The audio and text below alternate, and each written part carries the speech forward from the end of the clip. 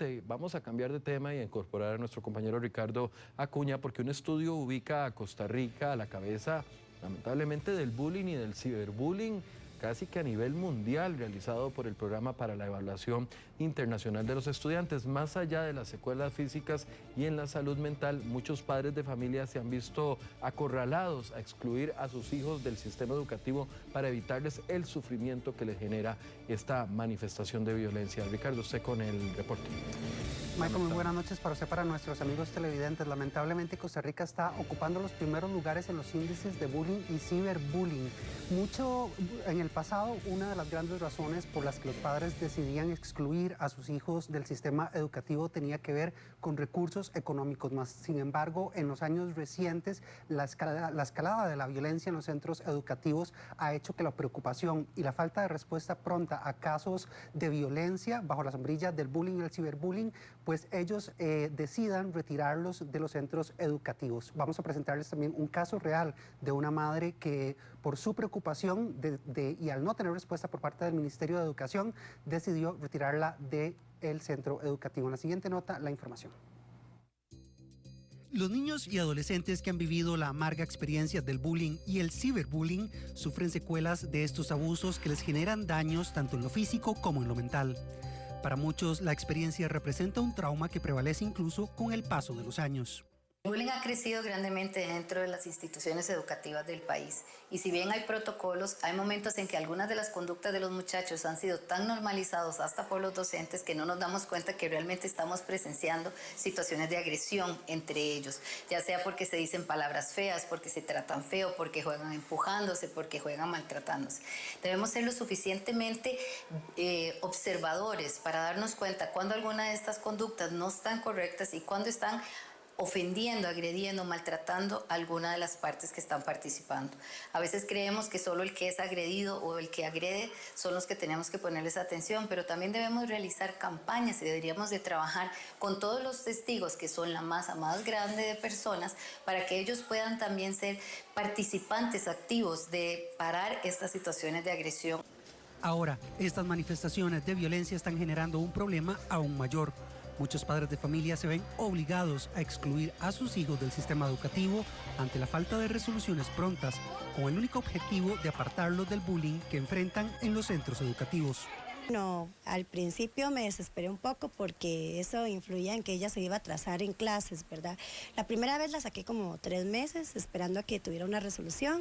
Me dieron una resolución mínima, la cual no duró nada, realmente como una semana, 2 semanas, y otra vez ya yo dije, de hecho yo la dejé en la institución y ese mismo día como a las 2 horas que la dejé, vieras que no, yo fui a recogerla y no, era un malestar en el corazón, en el alma, como no sé, como alerta de que le pudiera pasar algo malo porque ya la habían golpeado, digamos, y que podían incluso hacerle algo peor. Es fundamental que los padres estemos atentos para poder observar las conductas de nuestros hijos, para poder identificar si algo de esto ha cambiado, de manera que podamos trabajar inmediatamente en la solución al problema. Es fundamental acercarse a la escuela, poder preguntarle, o al colegio, preguntarle a los encargados si han visto alguna cosa diferente dentro de la dinámica de sus hijos en la institución. Esto dice el Ministerio de Educación sobre los mecanismos disponibles para que los padres de familia tengan un respaldo institucional que les permita llevar situaciones de violencia en los centros educativos. Desde el trabajo de esta dirección y en especial del Departamento de Convivencia Estudiantil, se han elaborado distintos materiales que funcionan como insumo valioso de consulta para el trabajo con las personas estudiantes. La invitación para consultar nuestra página oficial del Ministerio de Educación Pública y encontrar materiales como la Ruta de la Gestión de la Convivencia, las guías preventivas y mucho más. Las secuelas en los menores parecen reflejar no solo el daño a la salud mental de los menores, sino que algunos de ellos además desarrollan actitudes agresivas contra sus pares. Antes era más, pero es una niña muy dulce, en serio, es muy dulce. Y después de que le pasó eso, yo la veía diferente, que ella incluso tuvo, ¿cómo le digo? Tuvo como ataques. Le decía, la psicóloga dice que son ataques, como que son reflejos. Tuvo ataques conmigo y tuvo ataques, digamos, íbamos a un restaurante y tal vez un niñito iba y le preguntaba el nombre y ella gritaba no, no, no, y lo empujaba y bueno, le respondía cosas nada que ver, o sea, cosas que un niño normal no lo hacía. Eso ya fue después de que yo la saqué y que la cambié de escuela, ¿verdad? Y todo eso, porque sí tuve que sacarla. No hubo opción. Deberíamos de trabajar con todos los testigos, que son la masa más grande de personas, para que ellos puedan también ser participantes activos de parar estas situaciones de agresión al interior de las instituciones educativas. Según un informe del Programa para la Evaluación Internacional de Estudiantes, 44% de los estudiantes costarricenses han sido víctimas de bullying, lo que sitúa a Costa Rica en el primer lugar de esa desafortunada manifestación de violencia a nivel mundial. Informó Ricardo Acuña para Noticias Telediario.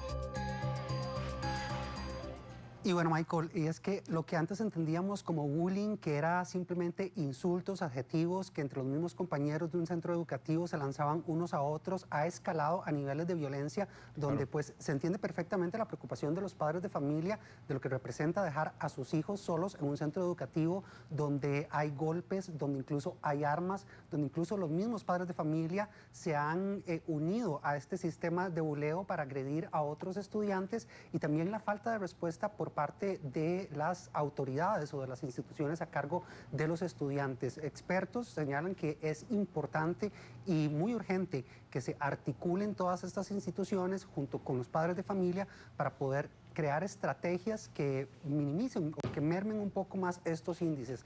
La verdad es que cuando vemos los índices, uno los busca en internet, Costa Rica siempre está en los primeros 5 lugares y desafortunadamente muchos de ellos ocupa el primer lugar.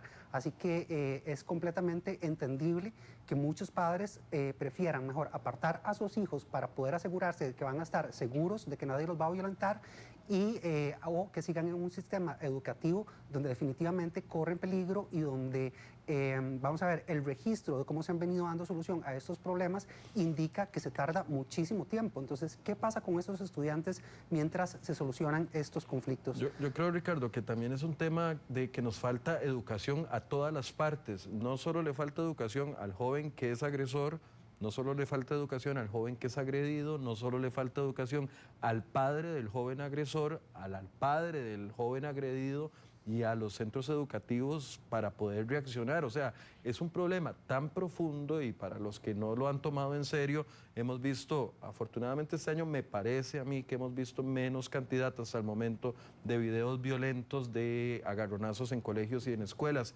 pero eso no quiere decir que no esté sucediendo bullying a escondidas o de forma cibernética, con cuentas falsas, prometiendo incluso publicar situaciones íntimas de menores de edad. Todo este tipo de cosas están sucediendo. Entonces no es que hay que decir el Ministerio de Educación tiene que ver qué hace, porque pasa también en los colegios privados. Esto no es un tema de colegios públicos versus colegios privados. El bullying está en todas las edades, en todas las etapas y en todos los estratos sociales. Entonces es un tema que hay que abordar desde la educación, y yo creo que los adultos somos los primeros que tenemos que aprender cómo manejar este tipo de situaciones. Y para el ejemplo más claro, y los que no lo han visto, yo los invito una vez más a poder ver la serie Adolescencia en Netflix, porque una persona callada, un joven de 13 años que, como decimos popularmente, ni siquiera se atrevía a matar una mosca, terminó asesinando a una persona que le hacía bullying.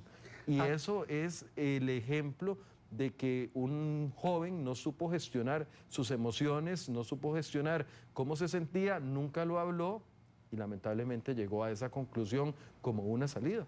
Y es que no es una situación menor, Michael, porque, por ejemplo, digamos, podríamos hablar de lo que es un episodio violento de golpes, como veíamos en imágenes, pero también está el ciberbullying. Las secuelas que deja en los niños y adolescentes perduran por mucho tiempo más. Prácticamente es un trauma que requiere terapia para poder superarlo, y como lo decía esta madre de familia que incluíamos en la nota, para mí es una de las madres más honestas, se lo comentaba usted fuera de cámaras, porque ella decía, bueno, mi hija fue víctima de varios episodios de bullying, pero su mayor preocupación razón era cuando ella vio que su hija, como método de defensa, empezaba a replicar sin razón aparente contra otras personas en espacios de juego, episodios de violencia. Claro, porque no sabía cómo gestionar la violencia que estaba recibiendo y entonces víctima de violencia se convierte en victimario. Ahora, aquí la pregunta surge cuando, por ejemplo, son niños muy pequeños que están generando bullying o episodios violentos, ¿de dónde los aprenden? La violencia en los niños no es algo que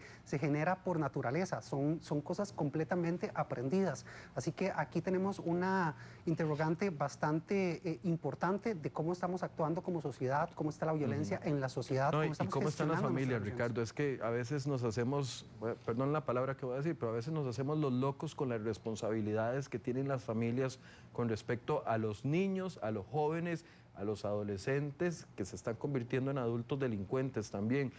Le reclamamos al Estado, sí, está bien reclamarle al Estado, está bien reclamarle a los centros educativos, está bien reclamarles a los diferentes entes que ven a los jóvenes, pero ¿dónde están las familias de esos jóvenes cuando estos jóvenes comienzan a replicar o a tener conductas inapropiadas? ¿Dónde está la mano fuerte de un padre y de una madre? Y aquí no estoy hablando de golpes, y no estoy hablando de castigos, y no estoy hablando de romper televisores o pantallas o videojuegos, estoy hablando de la mano fuerte, inteligente de los padres de familia para poder abordar esta situación. Por eso vuelvo al inicio, es una falta de educación que tenemos todos y que tenemos que aprender a cómo gestionarlo. Así es, y es que ciertamente las instituciones sí tienen una gran responsabilidad, Michael, pero si uno consulta a cualquier experto en psicología, psicopedagogía, todos van a coincidir en que todo parte desde el seno del hogar. Claro. Todo se aprende desde la casa. Claro, claro. Y es muy fácil lavarse las manos desde las familias, y no estoy hablando de ningún caso en particular, y mucho menos de lo que estamos viendo en la nota de hoy, estoy hablando a nivel general, pero es muy fácil lavarse las manos y decir, es que en mi casa mi hijo le hace bullying a los chiquillos y me lo castigaron y me lo sacan del sistema educativo. ¿Cuál es la causa raíz? Es la pregunta. ¿De ¿Qué dónde hizo nació usted? esto? Exactamente. ¿Qué está haciendo usted, padre de familia? ¿Qué está haciendo usted, madre de familia? ¿Qué está haciendo usted, hermano mayor, tío, abuelo?